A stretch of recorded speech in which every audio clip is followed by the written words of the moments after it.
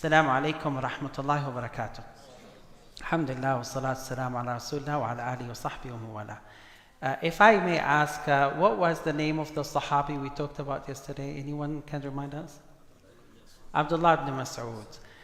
Abdullah ibn Mas'ud, the Rasul said about him that his legs are heavier on the scale of Allah subhanahu wa ta'ala than the whole mountain of Uhud, right? People, when they hear this, they say, I wish I was Sahabi, right? Right? This is everyone, right? I wish I was Sahabi. But let's hear now, what happened to someone who was not Sahabi? There's a man by the name of Rabi' ibn Khuthaym. Rabi' ibn Khuthaym, who actually was born in the time of Rasulullah sallallahu alaihi wasallam.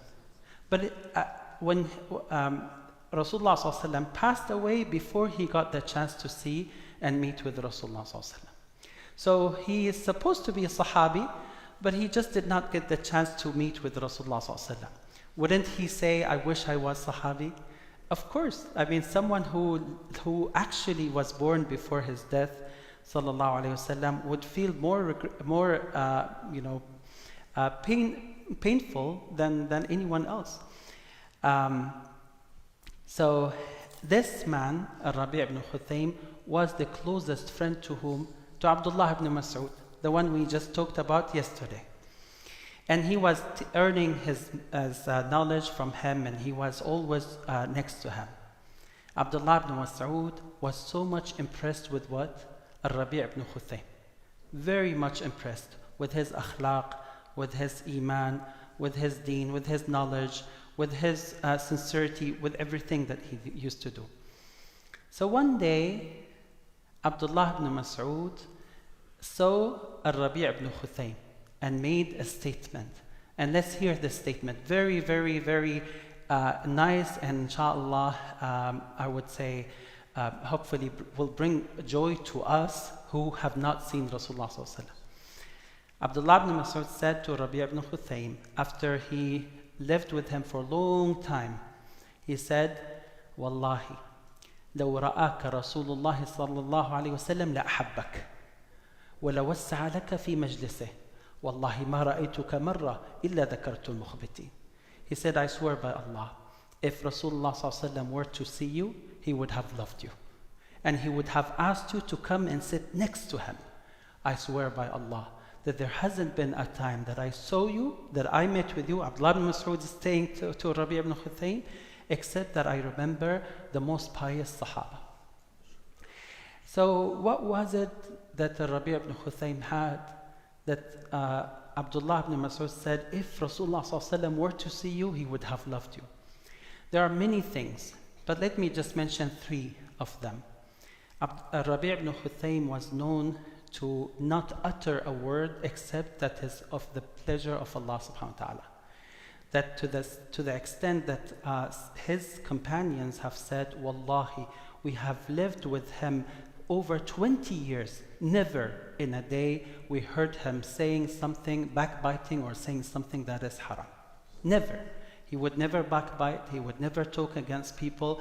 Everything that he would say is to the best interest of the dunya and the akhirah.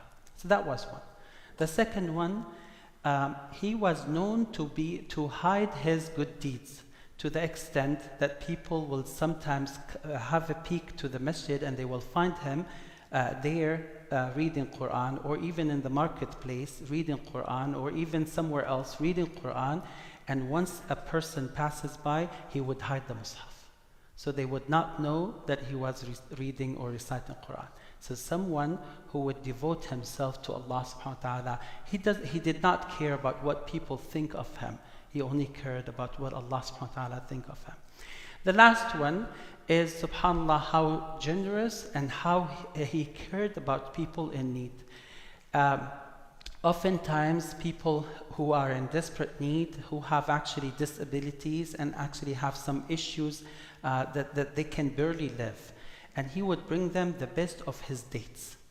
The best of his dates. So they would say, why would you bring them that? Why would you give them that? It could be enough to bring them any type of dates. Like, why the best of your dates? He said, because Allah subhanahu wa ta'ala loves ihsan. So I would do ihsan in my sadaqah.